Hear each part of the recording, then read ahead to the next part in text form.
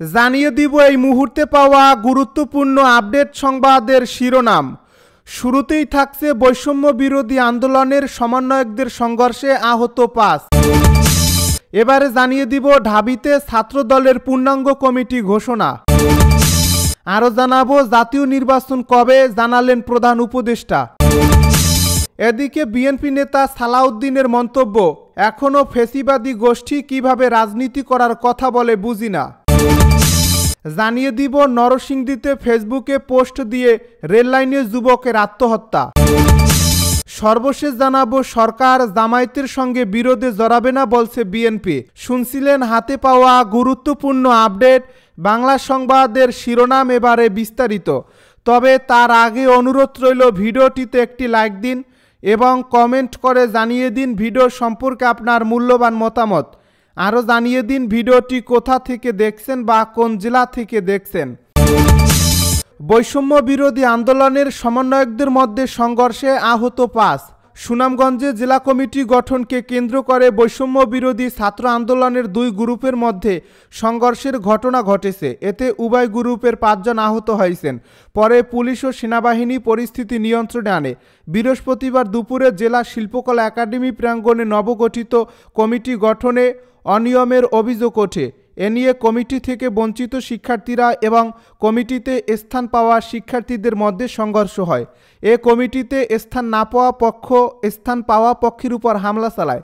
জানা যায় দুপুরে জেলা শিল্পকলা একাডেমির হলরুমে নতুন কমিটির পরিচিতি ও মত বিনিময় সভার আয়োজন করা হয়। এজন্য সুনামগঞ্জের বিভিন্ন উপজেলা থেকে বৈষম্য বিরোধী শিক্ষার্থীরা শিল্পকলা প্রাঙ্গণে একত্র হন। এ সময় কমিটি থেকে বঞ্চিত শিক্ষার্থীরা দেশীয় অস্ত্র নিয়ে সেখানে হামলা চালালে দুপক্ষের মধ্যে সংঘর্ষ বাধে। এতে উভয় পক্ষের ৫ জন আহত হন। পরে পুলিশ ও সেনাবাহিনী এসে পরিস্থিতি নিয়ন্ত্রণে আনে। জেলা কমিটি থেকে বাদ পড়া শিক্ষার্থী তানভীর বলেন, আমরা যারা প্রথম থেকে আন্দোলনে ছিলাম তাদের বাদ দিয়ে বৈষম্য বিরোধী কমিটি গঠন করা হয়েছে। এটা সত্যিই দুঃখজনক। প্ল্যাটফর্মটির সুনামগঞ্জ জেলা শাখার কমিটির আহ্বায়ক ইমন উজ্জোদা আহমেদ বলেন, কমিটি গঠন নিয়ে তাদের কোনো অভিযোগ থাকলে তারা কেন্দ্রে যোগাযোগ করুক। আজ আমাদের শান্তপ্রিয় সভায় কমিটি থেকে বঞ্চিত শিক্ষার্থীরা দেশীয় অস্ত্র নিয়ে হামলা চালিয়েছে। আমি আইনি পদক্ষেপ নেব যাতে যারা হামলা করেছে তাদের শাস্তির আওতায় আনা হয়। সদর থানার ভারপ্রাপ্ত কর্মকর্তা নাজমুল হক কালবেলাকে বলেন, কমিটি নিয়ে বৈষম্য বিরোধী ছাত্র আন্দোলনের দুপক্ষের মাঝে দ্বন্দ্বের জেরে সংঘর্ষের এ ঘটনা ঘটেছে। দাবি ছাত্রদলের পূর্ণাঙ্গ কমিটি ঘোষণা। ঢাকা বিশ্ববিদ্যালয়ে পূর্ণাঙ্গ কমিটি ঘোষণা করেছে বাংলাদেশ জাতীয়তাবাদী ছাত্রদল। এক প্রেস বিজ্ঞপ্তিতে এ খবর জানিয়েছে দলটি। এতে বলা হয়েছে, বাংলাদেশ জাতীয়তাবাদী ছাত্রদল কেন্দ্রীয় সংসদের সিদ্ধান্ত মোতাবেক ঢাকা বিশ্ববিদ্যালয়ে শাখা ছাত্রদলের পূর্ণাঙ্গ কমিটি প্রকাশ করা হলো। এ বিজ্ঞপ্তিতে আরও বলা হয়েছে, বাংলাদেশ জাতীয়তাবাদী ছাত্রদলের সভাপতি রাকিবুল ইসলাম রাকিব ও সাধারণ সম্পাদক নাসির উদ্দিন নাসির আজ এই কমিটির অনুমোদন করেন। দলটির দপ্তর সম্পাদক মোহাম্মদ জাহাঙ্গীর আলম গণমাধ্যমে বার্তা প্রেরণ করেছেন। জাতীয় নির্বাচন কবে, জানালেন প্রধান উপদেষ্টা। অন্তর্বর্তী সরকারের প্রধান উপদেষ্টা অধ্যাপক ডক্টর মোহাম্মদ ইউনূস জানিয়েছেন, সংস্কারের গতি নির্ধারণ করবে বাংলাদেশ কত তাড়াতাড়ি নির্বাচনে যেতে পারবে। তিনি আরও বলেছেন, স্বৈরশাসক শেখ হাসিনা ক্ষমতাচ্যুত হওয়ার পর ভোটের মাধ্যমে দেশে একটি নতুন সরকার নির্বাচিত করার আগে নানা সংস্কার দরকার। বুধবার আজারবাইজানের রাজধানী বাকুতে COP29 সম্মেলনের ফাঁকে বার্তা সংস্থা AFP-কে দেওয়া সাক্ষাৎকারে এ কথা বলেন প্রধান উপদেষ্টা। ডক্টর ইউনূস জোর দিয়ে বলেন, তিনি দেশকে একটি গণতান্ত্রিক নির্বাচনের দিকে নিয়ে যাবেন। অন্তর্বর্তী সরকারের মেয়াদ যতটা সম্ভব কম হওয়া উচিত। দ্রুতই ঐক্যমত গড়ে তোলা সম্ভব হবে বলে আশা করছে অন্তর্বর্তী প্রশাসন। প্রধান উপদেষ্টা আরও বলেন, এটি একটি প্রতিশ্রুতি যা আমরা দিয়েছি।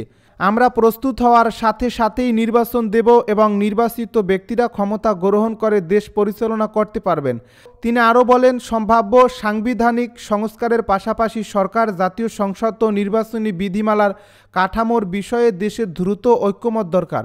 দেশের বিভিন্ন ক্ষেত্রে অস্থিতিশীলতার বিষয়ে ডক্টর ইউনূস জানান, যে কোনো সরকারই এ বিষয়ে উদ্বিগ্ন থাকবে, তার সরকারও আছে। তিনি আরও বলেন, আমরা আশা করছি যে এটি সমাধান করতে পারব এবং একটি শান্তিপূর্ণ পরিবেশ বজায় রাখতে পারব।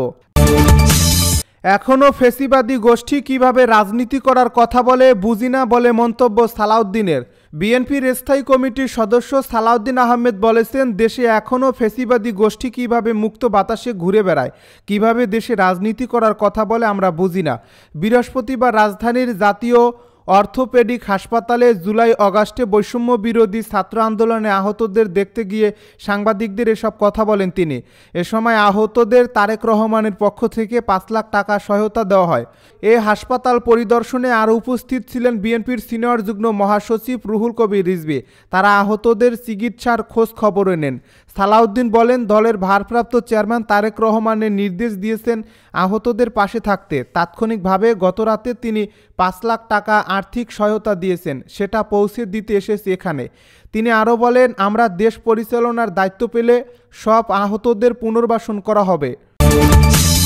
নরসিংদীতে ফেসবুকে পোস্ট দিয়ে রেল লাইনে যুবকের আত্মহত্যা। দাম্পত্য কলহের জেরে ফেসবুকে পোস্ট দিয়ে নরসিংদীতে ট্রেনে কাটা পড়ে আত্মহত্যা করেছেন এক যুবক। বুধবার রাত 12:30টার দিকে নরসিংদী সদর উপজেলার পুরানপাড়া এলাকার রেল লাইনে এ ঘটনা ঘটে বলে জানিয়েছেন নরসিংদী রেলওয়ে ফাঁড়ির এসআই মোহাম্মদ শহীদুল্লাহ। সে সময় তুর্না এক্সপ্রেস ট্রেনটি ঢাকা থেকে ছেড়ে চট্টগ্রামে যাচ্ছিল। নিহত মোহাম্মদ সাইদুর রহমান রোহিত ঢাকার দক্ষিণ কাফরুলের এলাকার মোহাম্মদ ইসমাইল শেখের ছেলে। তিনি বেসরকারি একটি প্রতিষ্ঠানে আইটি প্রোভাইডার হিসেবে চাকরি করতেন। সরকার জামায়াতের সঙ্গে বিরোধে জড়াবে না বলছে বিএনপি। অন্তর্বর্তী সরকার জামায়াত ইসলামী ও গণ আন্দোলনের ছাত্র নেতৃত্ব তিনটি পক্ষের সঙ্গে এই মুহূর্তে কোনো বিরোধ বা বিবাদে না জড়ানোর কৌশল নিয়েছে বিএনপি।